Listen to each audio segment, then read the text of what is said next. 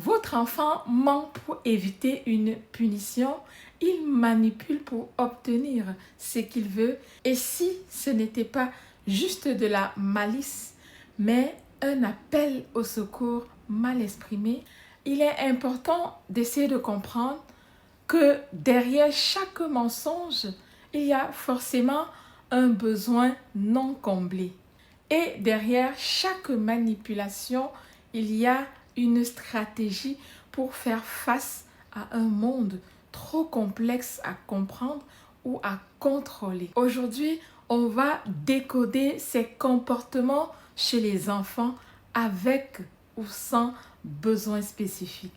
Et surtout, découvrir des outils concrets pour les réduire sans punition ni cri.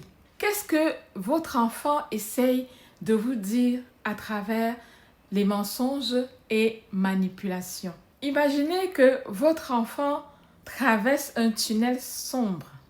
Le mensonge, c'est une lampe de poche bricolée à la hâte, qu'il ne se fasse pas gronder. Et la manipulation, c'est une corde tendue pour garder le contrôle quand il a peur de tomber. Mentir ou manipuler sont souvent des stratégies d'adaptation et non des signes de méchanceté chez l'enfant. Chez les enfants à besoins spécifiques tels un TSA, un TDAH ou DI, ces comportements peuvent s'installer parce qu'ils ne savent pas encore nommer leurs émotions. Comme dire par exemple, j'ai peur, je ne comprends pas, je veux être aimé. Pourquoi un enfant ment ou manipule? Entre autres raisons, la première raison, c'est que l'enfant a peur.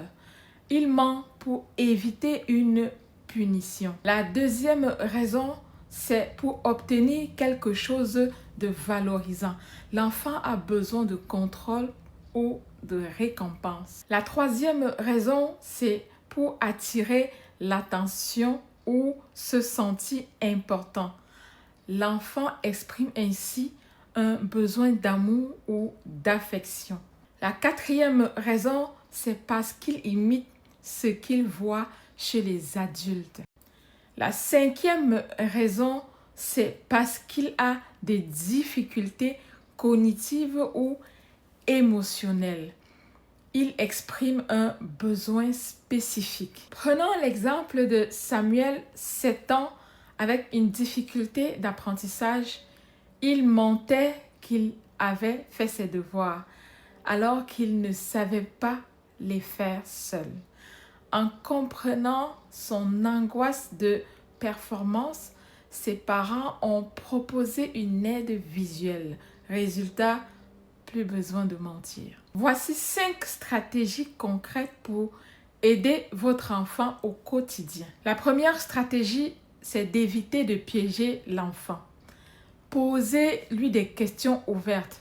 Exemple, tu as du mal ou as-tu de la difficulté avec cette règle au lieu de pourquoi tu mens.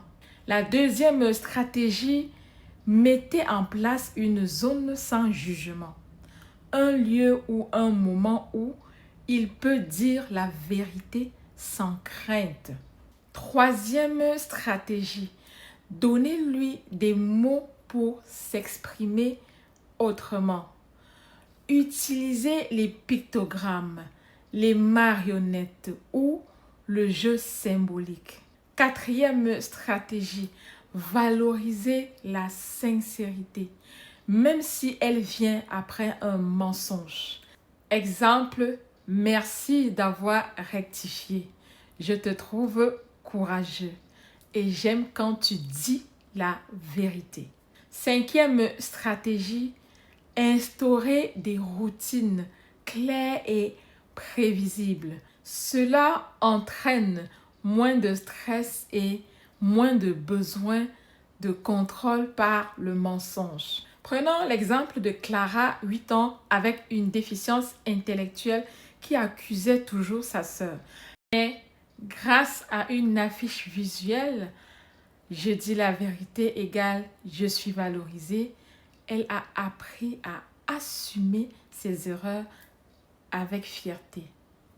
Voici quelques erreurs à éviter dans l'intervention. La première erreur, c'est d'humilier l'enfant devant les autres.